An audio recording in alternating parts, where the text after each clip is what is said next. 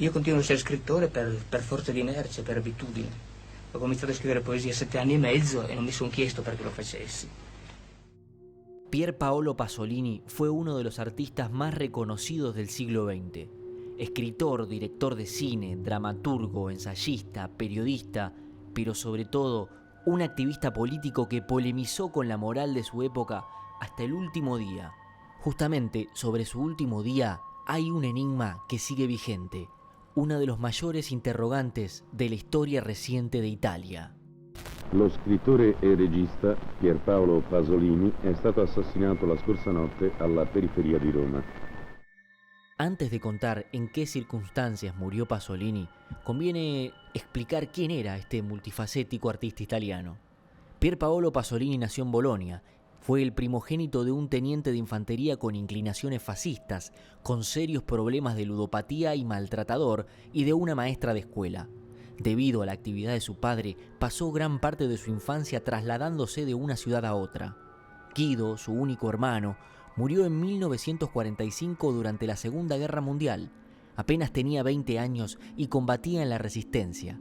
Pier Paolo había sido reclutado en 1943, pero no llegó al frente de batalla.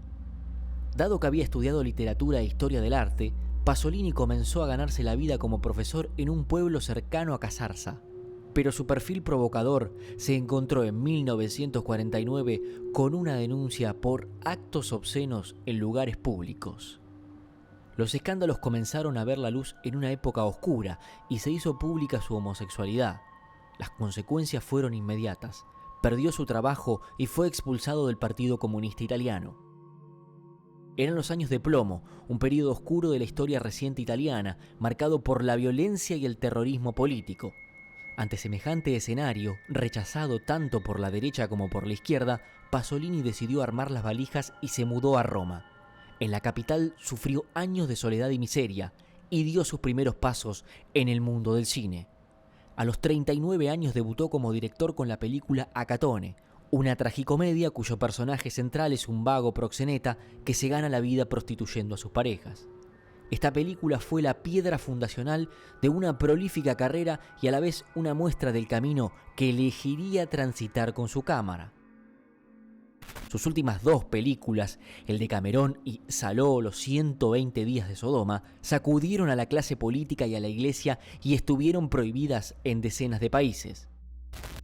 L'unico senso possibile è un senso esistenzialistico, cioè l'abitudine a esprimersi, così come c'è l'abitudine di mangiare, di dormire. I limiti sono quelli linguistici. Hay una versión que podríamos llamar la oficial sobre la muerte de Pier Paolo Pasolini. Es la que se mantuvo durante varios años. Esta versión es la de Pino Pelosi, el único condenado por el crimen del escritor. El 2 de noviembre de 1975, Pasolini pactó una cita con Pelosi, por entonces un atractivo muchacho de 17 años que supuestamente ofrecía servicios sexuales a cambio de dinero. Según el propio Pelosi, el cineasta le había ofrecido 20.000 liras para tener sexo con él. Pasolini y Pelosi se encontraron cerca del puerto de Ostia, una playa del litoral romano. Pero cuando llegaron en auto a un lugar cercano al mar, bien apartado y sin ojos alrededor, Pelosi se arrepintió y no quiso tener sexo. Esa negativa habría generado la ira de Pasolini, quien supuestamente bajó de su Alfa Romeo para intentar convencerlo. La discusión habría derivado en un ataque del cineasta al que Pelosi supuestamente respondió propinándole una brutal golpiza. El joven dijo que actuó en defensa propia para evitar ser violado por Pier Paolo Pasolini. Después de golpear al poeta, Pelosi se subió al auto de este para escapar del lugar y, sin querer, atropelló al cineasta. Le rompió el tórax y lo dejó abandonado en la playa. Esta última acción habría provocado la muerte de Pasolini. Tras declarar ante los carabinieri, Pelosi fue juzgado a 9 años y medio de prisión por homicidio involuntario. El crimen parecía resuelto. Durante años, los familiares de Pasolini descreyeron de la versión de Pelosi. Les resultaba difícil, por no decir imposible, que un jovencito de 17 años fuera capaz de asesinar a golpes a un tipo maduro y atlético. En 2005, Pelosi sorprendió a Italia en una entrevista concedida a la RAI, con una versión distinta sobre los hechos que terminaron con la vida del cineasta. ¿Cuál fue la nueva versión del asesinato? Pelosi confesó que aquella noche del 2 de noviembre de 1975, efectivamente llegó a practicarle sexo oral a Pasolini en el interior de su auto. Tras ello, se alejó para orinar. Fue justamente en ese momento en que aparecieron 3 hombres desconocidos, aproximadamente de 45 o 50 años, con acento calabrés o siciliano, que comenzaron a insultarlos y acabaron propinándole una paliza mortal al cineasta. Los matones amenazaron de muerte a Pelosi y a su familia si se atrevía a revelar lo ocurrido. De ahí la razón que Pelosi siempre esgrimió por haber mentido de entrada, por temor a represalias. En 2022, después de muchas idas y vueltas en la investigación, una comisión antimafia se hizo cargo del caso.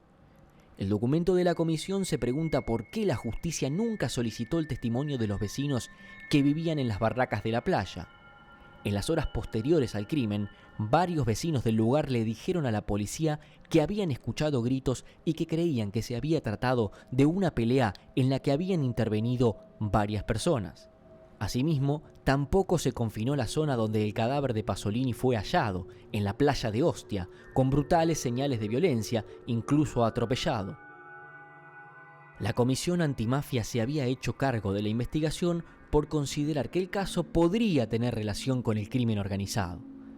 Así se llegó a un dato que resultaría clave. En agosto de 1975, Pasolini había sufrido el robo de algunas cintas de Saló o los 120 días de Sodoma, una voraz crítica contra las élites burguesas que fue estrenada en el cine tras la muerte del director. De acuerdo a esta teoría, Pasolini acudió aquella noche a Ostia para recuperar las bobinas de su película y fue allí agredido hasta la muerte por 3 sicarios de la banda de la Magliana, la extinta mafia romana. En 2014, Pelosi, que estaba en libertad desde 1983, cambió de versión y aseguró que él no había sido el único agresor del artista. Es decir, dijo que sí había participado de la golpiza, pero acompañado de otras personas. Pelosi murió en 2017 como consecuencia de un cáncer. Pasolini fue asesinado por 3 personas. Lo golpearon a sangre fría delante de mis ojos. Eran romanos.